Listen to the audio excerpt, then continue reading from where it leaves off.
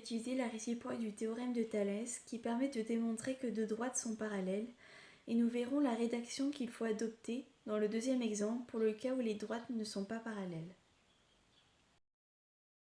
On va calculer séparément deux rapports de longueur parmi les trois possibles car on n'est pas sûr qu'ils soient égaux.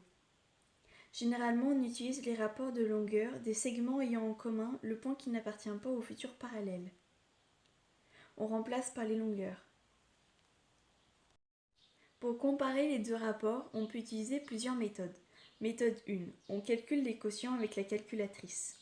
Attention, cette méthode connaît des limites dès lors que les quotients sont les valeurs approchées qui semblent égales, ce qui est le cas dans notre exemple. Comme on ne peut pas dire en mathématiques que deux valeurs approchées sont égales, il faudra soit inverser les deux rapports et comparer leurs quotients en espérant avoir plus de chance, soit choisir une autre méthode. Méthode 2. On met les deux nombres en écriture fractionnaire au même dénominateur. S'ils ont le même numérateur, alors ils sont égaux. Méthode 3. On calcule séparément les produits en croix et on les compare. Si les produits en croix sont égaux, alors les rapports sont égaux. Une fois qu'on a comparé avec la méthode de son choix les rapports, on fait une première déduction. Comme les rapports sont égaux, il faut écrire une hypothèse en plus sur l'alignement des points dans le même ordre. On conclut en citant la propriété.